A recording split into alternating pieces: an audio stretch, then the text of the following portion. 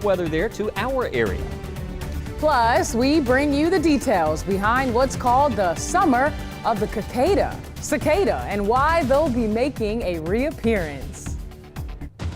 WBRC Fox 6 News. First Alert Weather Extra starts now. The cicada, we've been hearing about that a lot. I don't like those bugs. They just hover. Yeah. I don't know if you ever seen them. Just zzz. You see the little shells, you know, that when they shed their skin, yeah. You'll see them all over the trees outside. But you'll start hearing those cicadas before long. I noticed last night, I stepped outside, you can start to hear the frogs. You know, you kind of get into that summer night mode, right? I have a bird on my front porch, Wes, and it laid eggs, and now she has baby birds, but she's pooping all over the front porch. So.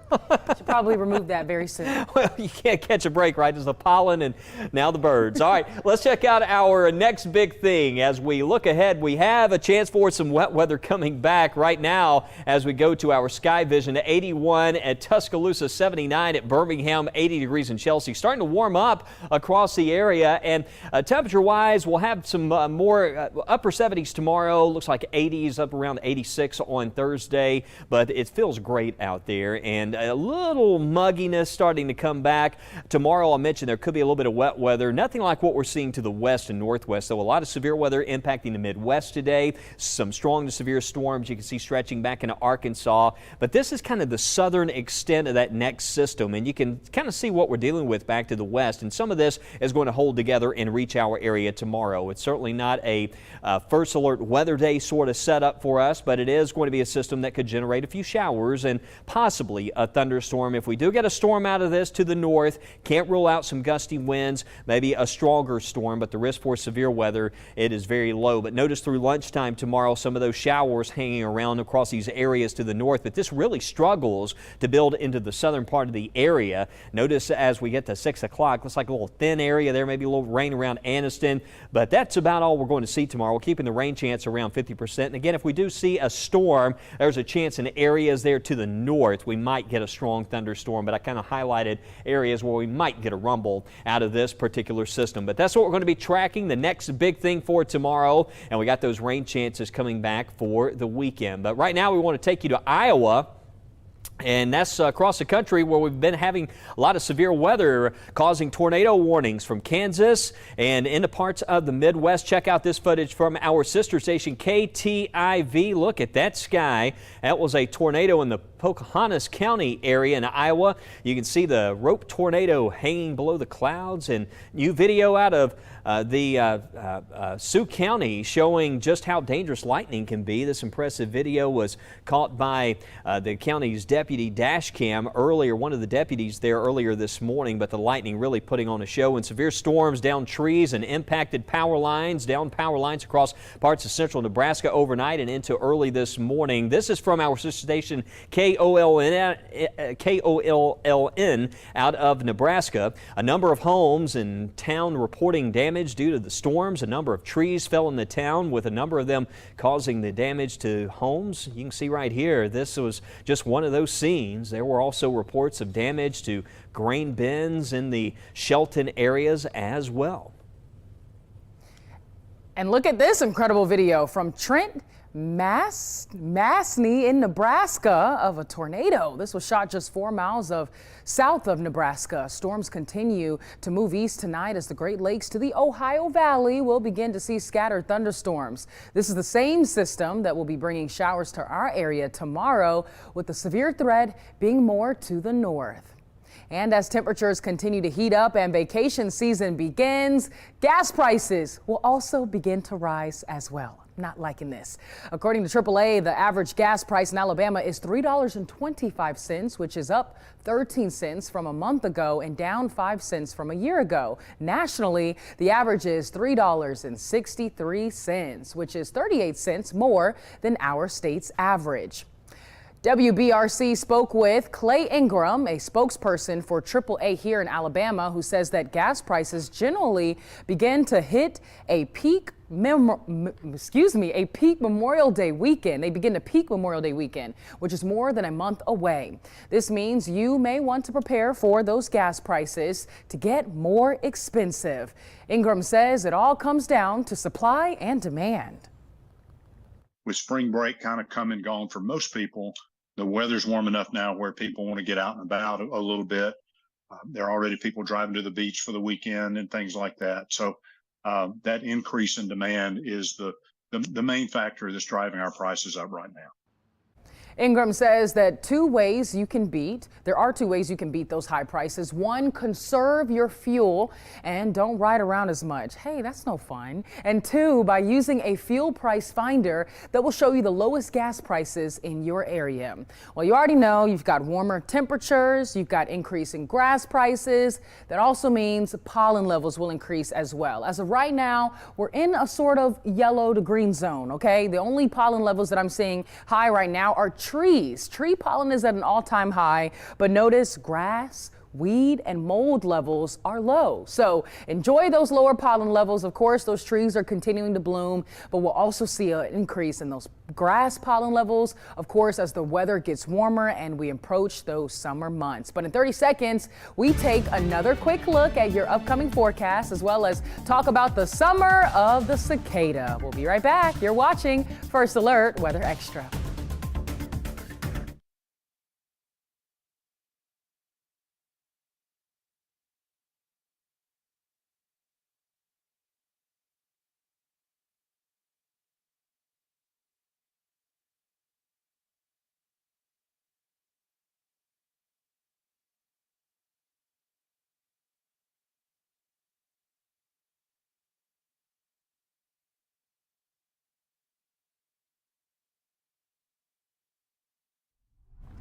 Here's a quick look at those temperatures across central Alabama. Still very warm out there. I mean, I was just out and about. It feels pretty pleasant. We've got temperatures in the 70s and 80s, 81 down in Tuscaloosa, 79 in Fayette, 81 if you're in Anniston, some low 80s up northeast central Alabama for Etowah and Cherokee County.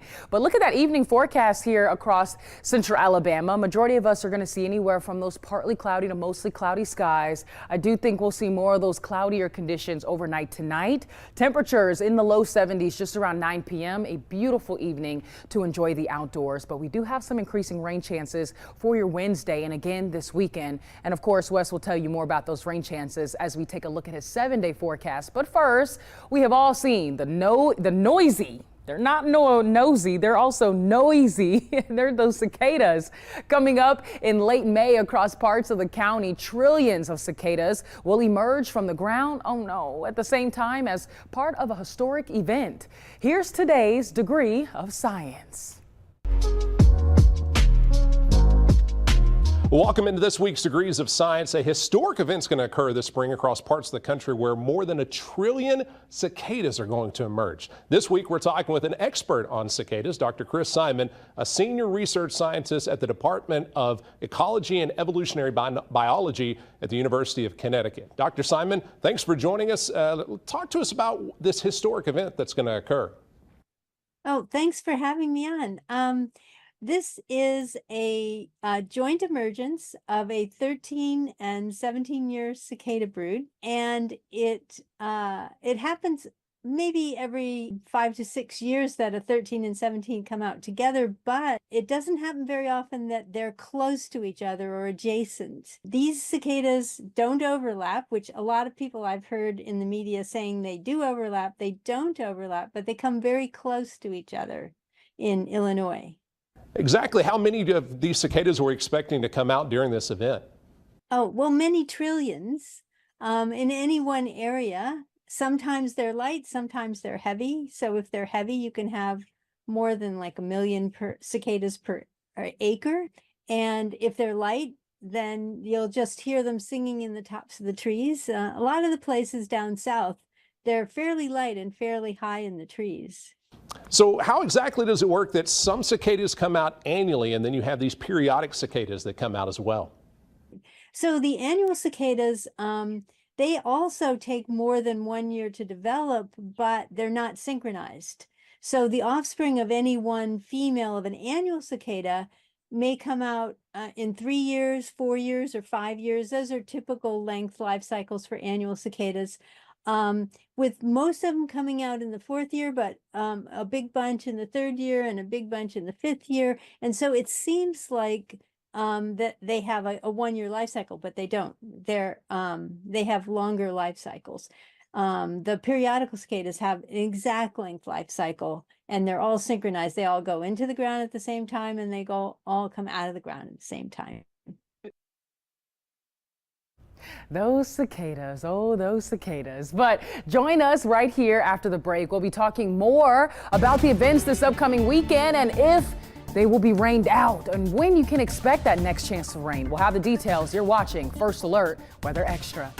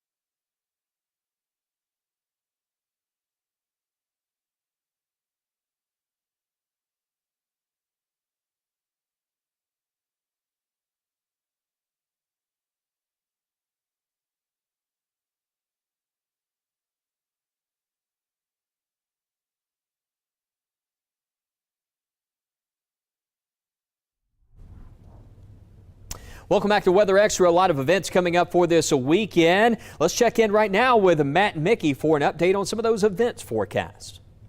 Take me out to the ball game, will you, Matt? I was just going to say the same thing, but No you way! beat me to it. Ah! You know, it's happening soon. Yeah. Yeah, Barron's baseball at 7 o'clock. So right after you watch us, head on out. Yeah, head on out to Regions Field. They're taking on Mississippi. It's the Jackie Robinson game. In the first pitch, we're looking at overcast skies and temperature readings near 79 degrees. A little muggy out there. We've had that southerly wind flow all day long. Yeah, but you know, 70s, probably staying dry, not bad for some baseball. Perhaps you can't make it out this evening. Maybe you want to head on out tomorrow. Once again, Mississippi, it's Wet Nose Wednesday. You can bring your pets out. There could be an isolated rain chance early, but I think most of that rain's going to likely arrive late in the morning, early afternoon. Yeah, most of it's gone by the time we get to 7 p.m. So I think we're looking okay for baseball. But what about football? Football? It's not August or September. Wait, we got the Stallions. That's right.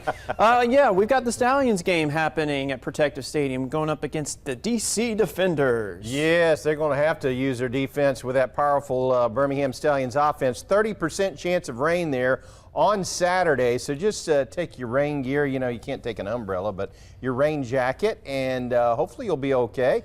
Just monitor your First Alert Weather app. Yeah, and there's likely going to be some changes over the weekend because some of the models are showing some cooler air maybe moving in a little bit earlier. So these temperatures may be adjusted as we get closer. So just monitor the First Alert Weather app, and we'll keep you updated on that. And of course, we're going to keep you updated on this Talladega race happening on Sunday. Yeah, really our best chance of rain over the next 7 days just happens to be on Sunday for the Geico 500. So we'll just see what they do there at Talladega. But at this point at 2 p.m., about a 60% chance of showers at that time. Yeah, definitely want to grab a rain jacket, not only to keep you dry if there is some rain, but also to keep you warm because it's trending perhaps cooler going into Sunday as a cold front moves through. So we just want to give you that early first alert. We'll be watching this closely. Hopefully the rain can move in earlier, maybe moves out by the afternoon. That is subject to change, but once again, we'll keep you updated on the forecast. But that's just one of many events happening across the area. There's a whole lot of events going on. And that's the best part about Central Alabama here in the springtime. There's a lot of events. If you don't want to go out to sports, there's a lot of things happening out there. So yeah, we got the barbecue festival in Bessemer. We got strawberry festivals, all kinds of stuff. There's something going on at St. Bernard in Coleman. So great weekend, and hopefully the weather will cooperate. Yeah, it looks like some wet weather coming back for this weekend. Right now, just seeing some ground clutter on radar. No rain out there, but how about these temperatures? Feels nice. A lot of 80s still on the map at this hour, but it's going to be quite comfortable if you're heading out for tonight. No wet weather expected in the short term, but by tomorrow, we could see some scattered areas of rain and possibly a thunderstorm. The chance for wet weather is rather limited. Let's take this right into tomorrow morning. We'll stop it at 7 a.m., and you can see that little area there of what's left of all of those storms and that heavier rain that we're seeing a couple states west of us. What's left of that system moves in. But one thing you will notice, though, is for several hours, there's going to be an area here to the north where we could see some of these off and on showers. So some scattered rain is going to be out there. Certainly check the weather app.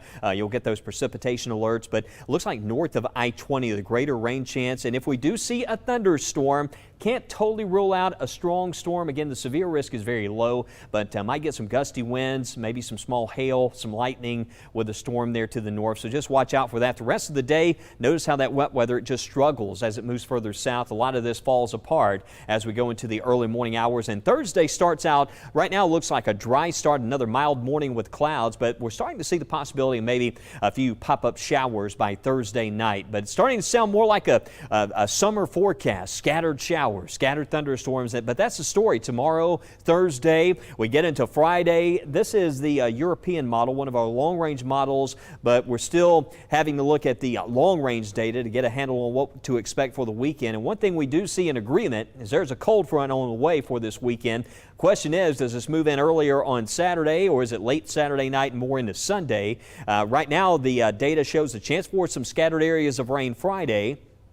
This model shows Saturday, not a total washout, but you can still see the possibility of some scattered showers, possibly a thunderstorm. But Sunday, this is the one that holds on to that wet weather more into Sunday afternoon. You see that? Of course, we've got the big Geico 500 at 2 o'clock on Sunday, and it looks like some wet weather according to this model.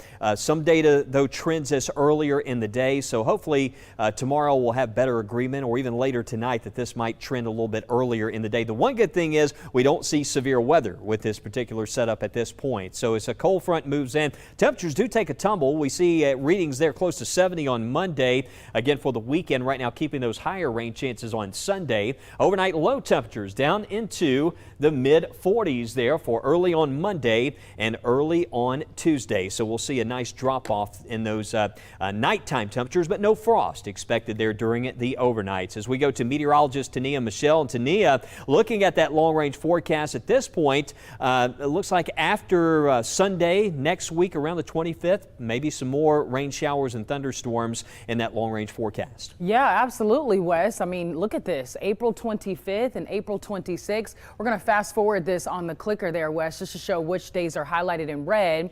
April 25th and April 26th. Of course, Wes already talked about the wet weather for this weekend, but our next chance to see a greater chance of some rain and maybe some possible storms in the forecast looks like not this week. week, but next week, Thursday and Friday. So the end of your work week next week. But the good news is beyond that, it looks like we're seeing some dry conditions, at least for now. So April 27th through the 30th as we end out April, looking at some drier conditions in the forecast. But I do want to take you here to look at our temperature outlooks. So notice, if we fast forward this and we look at our 6 to 10 day temperature outlook, April 22nd through the 26th across the United States, a lot of areas to the west are going to be seeing above average temperatures, and then further down south across the Gulf Coast and including Florida. But parts of our area, guys, we could be seeing below average temperatures. Now, will that mean frost and temperatures in the 30s? I'm not sold on that, but below average meaning that we could see some early mornings in the 40s and maybe in the 50s. But looking at our rainfall outlook, April 22nd through the 26th across the United States, many areas are going to see near average. Those are areas highlighted in gray. But then notice that there is some brown for northeast portions across the United States where they could see below average. But let's take a look at where we're at in this standing.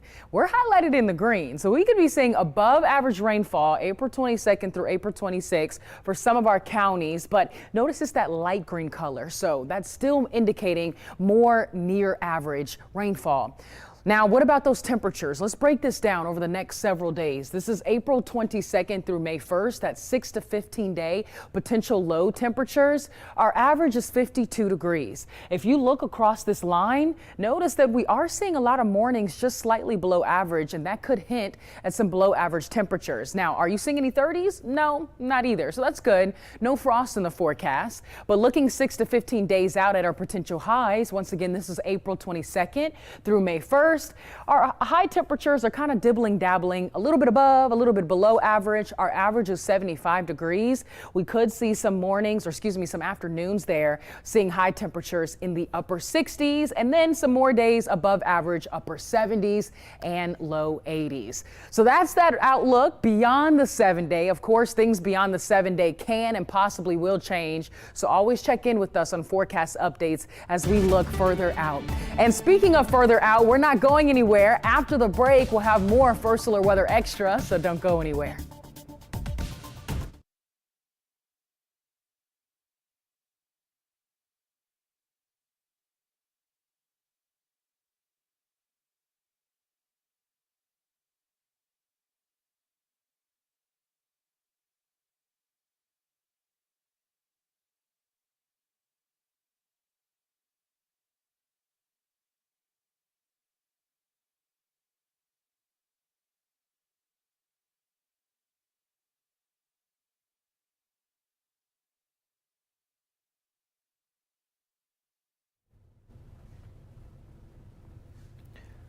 Yeah, we'll do 7 day. Tania's got birds on her porch, leaving all kinds of... Man, I went home today and it just piled up. I said, oh yeah, she got to go. Because at first I felt bad. I was like, okay, she just had her eggs, she just had her baby. I said, Cash, don't get her just yet. And then I came today and I was like, ooh. This segment brought to you by Greg Skaggs Pressure Washing. Man, we need the pressure washer ASAP. Yeah, Greg. ASAP.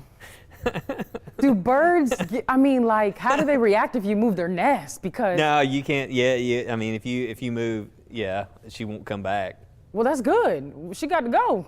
Well, what about the little baby birds? Well, we tried to get them to.